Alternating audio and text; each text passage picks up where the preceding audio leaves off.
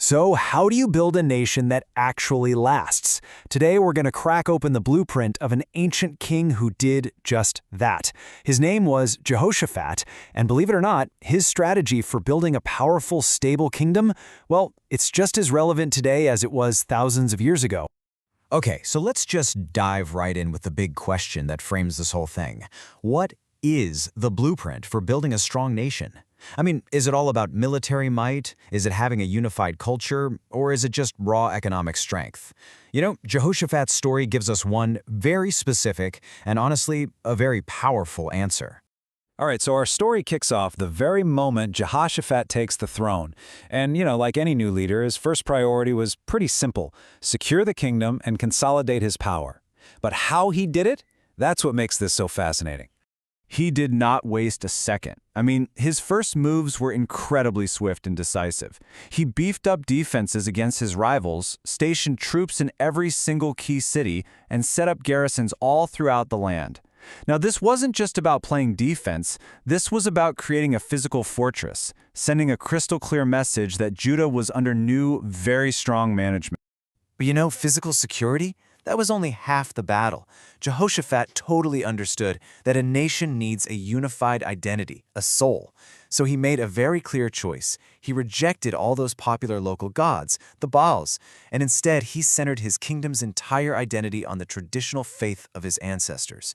This wasn't just a religious decision, it was a political masterstroke to define exactly who they were as a people. And this wasn't just for appearances, no way. His commitment was deeply personal. This devotion led him to do something pretty radical. He systematically removed all the local unauthorized religious shrines, the high places and Asherah poles that had popped up all over the kingdom. He was basically tearing down competing ideologies to unify the entire nation under one single state-sanctioned belief system. But just unifying the nation's beliefs, that wasn't enough for him. In what was probably his most unique and innovative move, Jehoshaphat decided his people shouldn't just blindly obey the law. They needed to actually know the law. So he launched what was, for all intents and purposes, the ancient world's first national education program.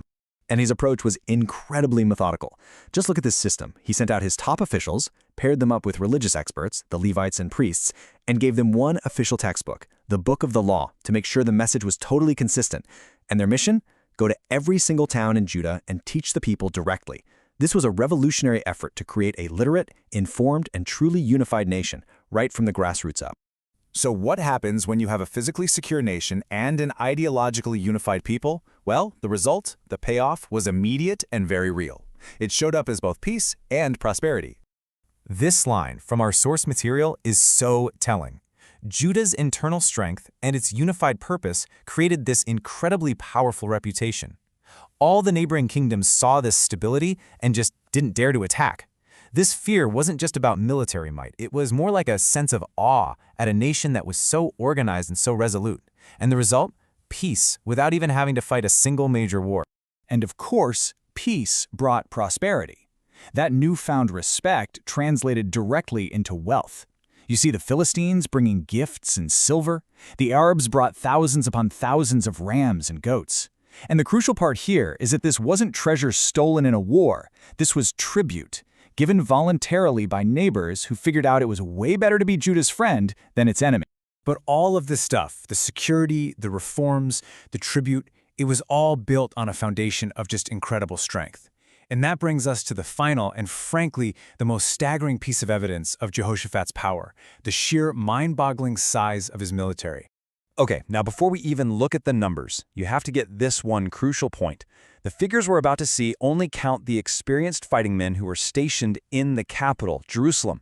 This isn't even the total army. It doesn't include all the troops he'd already placed in those fortified cities all across the kingdom. This is just his central force. All right, let's break down the numbers, starting with the forces from the tribe of Judah. His top commander, Adnah, led a force of 300,000 men. Just on its own, that is an immense army. But we are just getting started. Next up in the chain of command was a guy named Johanan, and he brought another 280,000 soldiers to the party. We're only 2 commanders in, and we're already way over 500,000 troops. Then you have Amaziah, a commander who was so dedicated he actually volunteered for service. And what was his contribution? another 200,000 men, all ready to defend the capital. Now let's switch over to the forces from the neighboring tribe of Benjamin. A valiant soldier named Eliada commanded 200,000 specialists armed with bows and shields. And rounding out this whole capital defense force was Jehoshaphat, and he added a final group of 180,000 men, all fully armed and ready for battle. So what's the grand total when you add all that up? The force stationed just in the capital, Jerusalem, numbered 1,160,000 men. Just think about that. For an ancient kingdom, that number is almost unbelievable. It's the ultimate proof, isn't it? A nation that was organized, prosperous, and just immensely powerful. Which brings us right back to our main question. Jehoshaphat's story seems to suggest that all three are totally intertwined. His military might was the result of his economic prosperity, which was born from peace, which was secured by a reputation built on unified faith and law. So it leaves us with a final thought to chew on. Can any of these pillars of a nation really, truly stand on its own?